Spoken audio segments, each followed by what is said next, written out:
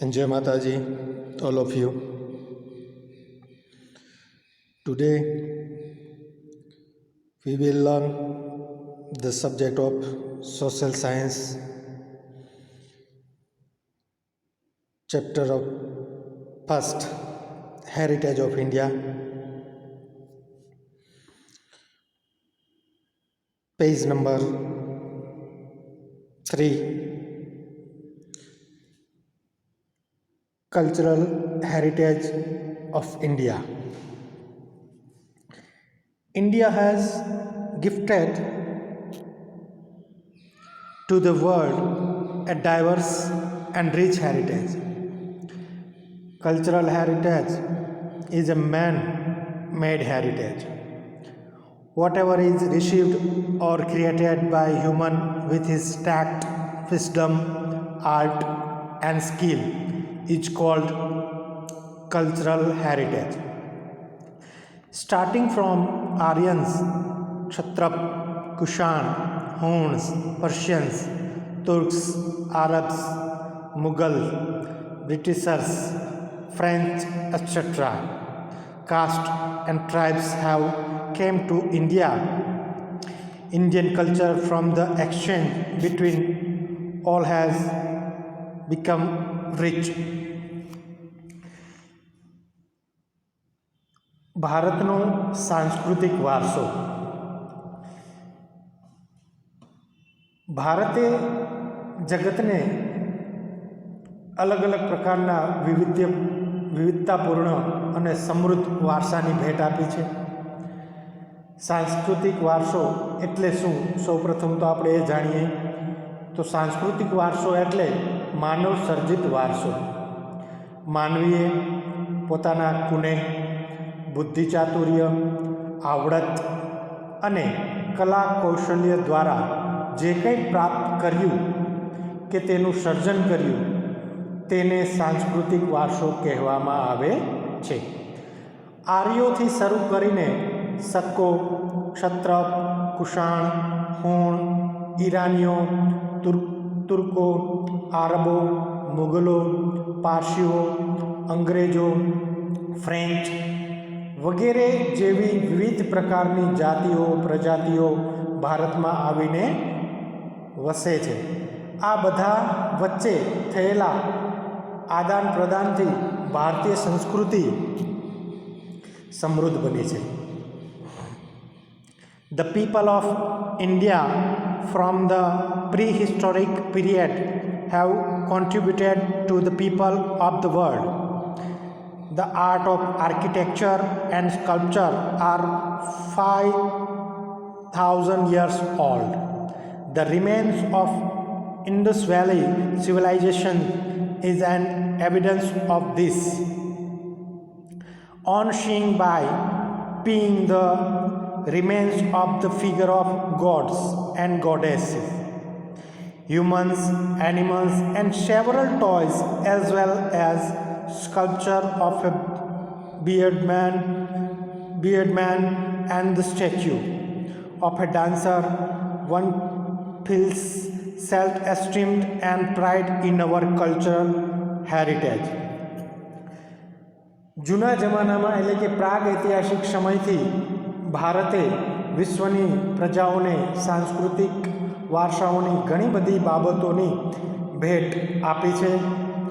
ઉદાહરણ તરીકે, દ્રષ્ટાંત તરીકે આપણે જોઈએ તો શિલ્પ સ્થાપત્યની કળા આશરે લગભગ 5000 વર્ષ જેટલી જૂની એટલે કે પ્રાચીન છે, જેમાં સિંધુ ખીણની સંસ્કૃતિના પુરાતન અવશેષો ગણી શકાય.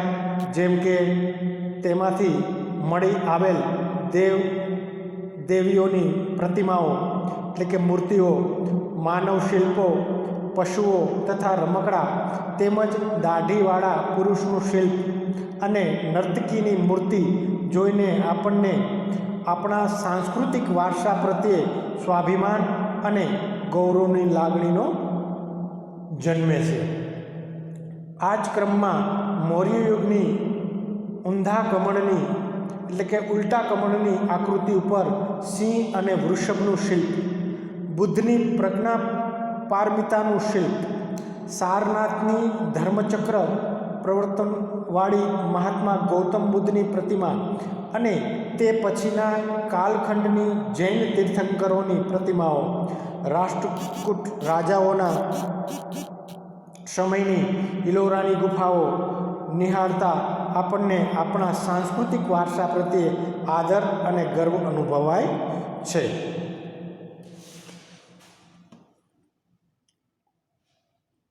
Further, when we look at the figure of bullock or lion on an inverted lotus of Mauryan era, the statue of Gautam Buddha in a medieval form, or the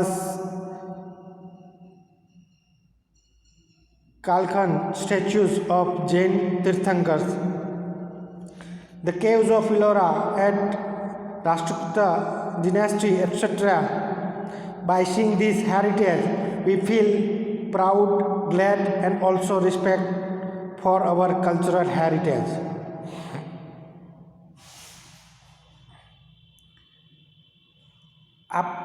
Our cultural heritage accommodates places, buildings, sculptures, stupas, vihars, chaityas, temples, mosques, tombs, forts, and gates.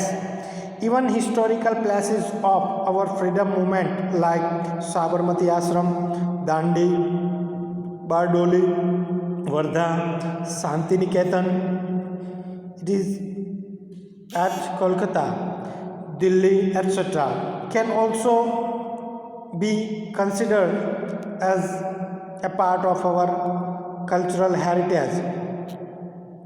Besides language, script, discovery of zero, mathematics, calendar, astronomy, iron, literature, religion, Yuddha Shastra, chariot, political science, zoology, botany, Vastu Shastra, religion, republic, judiciary, legislation, environment protection, etc. are the important discoveries of India. આપણા સાંસ્કૃતિક વારસામાં જેવા કે ઘણા બધા મંદિરો, શિલાલેખો, સ્તૂપો, વિહારો, ચૈત્યો, મકબરા, મસ્જિદો, કિલ્લાઓ, ગુંબજો, રાજમહેલો, દરવાજા, ઇમારતો, ઉત્ખનન કરેલા સ્થળો તેમજ ઐતિહાસિક સ્મારકોના સમાવેશ કરી શકાય છે. આપણા સ્વાતંત્ર્ય સંગ્રામના ઐતિહાસિક સ્થળો જેવા કે સાબરમતી આશ્રમ, દાંડિયા આશ્રમ, બારડોલી, વર્ધા, શાંતિનિકેતન જે કોલકાતામાં આવેલું છે, દિલ્હી વગેરે પણ સાંસ્કૃતિક વારસા તરીકે ઓળખાવી શકાય છે. ભાષા, લિપિ, અંકો, શૂન્યની શોધ, ગણિત, પંચાંગ, ખગોળ, લોખંડ, સાહિત્ય, ધર્મ, યુદ્ધશાસ્ત્ર, રથ, રાજ્યશાસ્ત્ર, પ્રાણીશાસ્ત્ર, વનસ્પતિશાસ્ત્ર, વાસ્તુશાસ્ત્ર, ધર્મો, ગણતંત્ર, ન્યાયતંત્ર તેમજ વિધિ વિધાન, પર્યાવરણ સુરક્ષા આદિ ઘણી બધી મહત્ત્વની શોધો પણ ભારતમાં થઈ છે.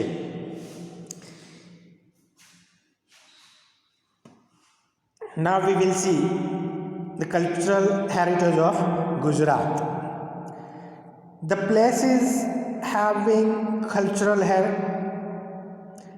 legendary and archaeological importance are Lothal, which is situated at Dhodka Taluka, Rangpur, which is situated at Limbadi Taluka in Surendranagar district, Dholavera, which is situated at Kutch district, Rojli or Srinathgarh, which is situated at Rajkot district, etc. The places of pilgrimage are Victory Tower of Vadnagar, stone inscriptions of King Ashoka at Junagadh, Sun Temple of Modhera, Gate of Chapaner, Rudra Mahalay of Siddhpur, Mansar Lake of Viramgam, Jama Masjid of Ahmedabad, ઝુલતા મિનારા, shaking towers, Sidi સૈયદની જાળી grill, temple of Hathisingh, Sahastralinga lake of Patan, Rajmahal of Vadodara, tomb of Mahabat. Turn the page. Page number 4.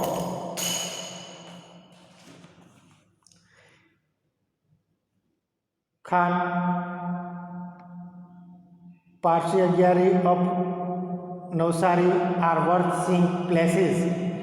Places having religious importance are Dwarkadish Temple of Dwarka, Sardapit of Jagadguru Shankaracharya, Somnath Temple, one of the 12 Jyotirling, Ambaji in North Gujarat, Banaskantha district, Bહુચરાજી Mehsana district, Ranchhodrai Temple, Dakor, Kheda district, and Shamlaji Aravalli district, etc.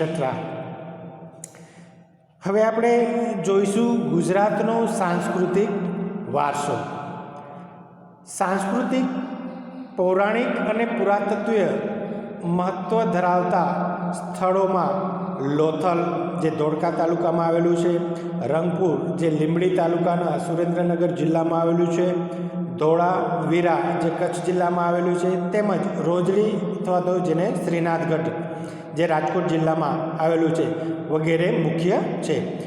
વડનગરનું Kirti Toran, જૂનાગઢમાં આવેલો સમ્રાટ અશોકનો શિલાલેખ, મોઢેરાનું સૂર્ય મંદિર, ચાંપાનેરનો દરવાજો, સિદ્ધપુરનો રુદ્રમહાલય અને વિરમગામનું મુનસર તળાવ, અમદાવાદમાં આવેલ જામા મસ્જિદ, ઝુલતા મિનારા, સીદી સૈયદની જાળી, હઠીસિંગના દહેરા, પાટણનું સહસ્ત્રલિંગ તળાવ, વડોદરાનો રાજમહેલ, જૂનાગઢનો મહાબત ખાનનો મકબરો,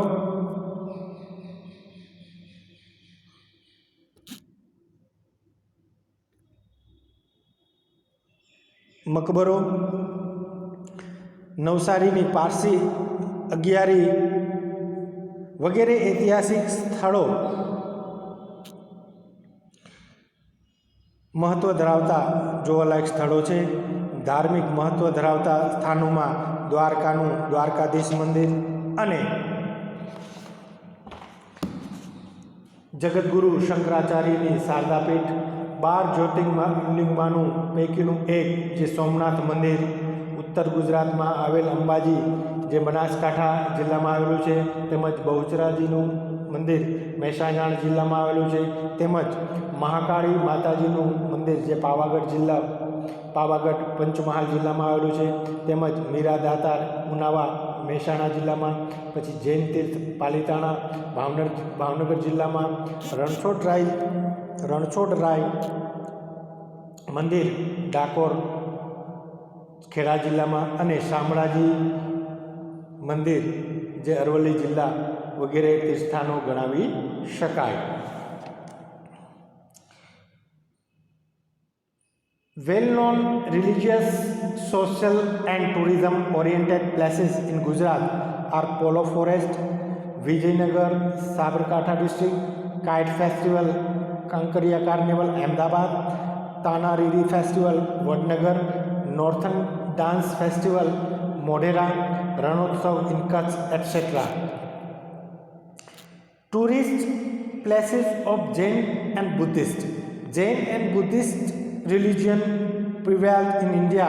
Consequently, Jain and Buddhist caves are seen at various places in Gujarat: Vadnagar, Taranga, Khambhalia, Samraji, Koteshwar, Taraja, Dhang, and Jagadia, etc. ગુજરાતના જાણીતા ધાર્મિક, સામાજિક અને પ્રવાસનલક્ષી સ્થળોમાં પોળો, વિજયનગર, સાબરકાંઠા જિલ્લામાં, પતંગોત્સવ અને કાંકરિયા કાર્નિવલ અમદાવાદમાં, તાનારીરી મહોત્સવ વડનગરમાં, ઉત્તરાર્ધ નૃત્ય મહોત્સવ મોઢેરામાં અને રણોત્સવ કચ્છ વગેરેના સમાવેશ થાય છે. જૈન અને બૌદ્ધ પ્રવાસન સ્થળો.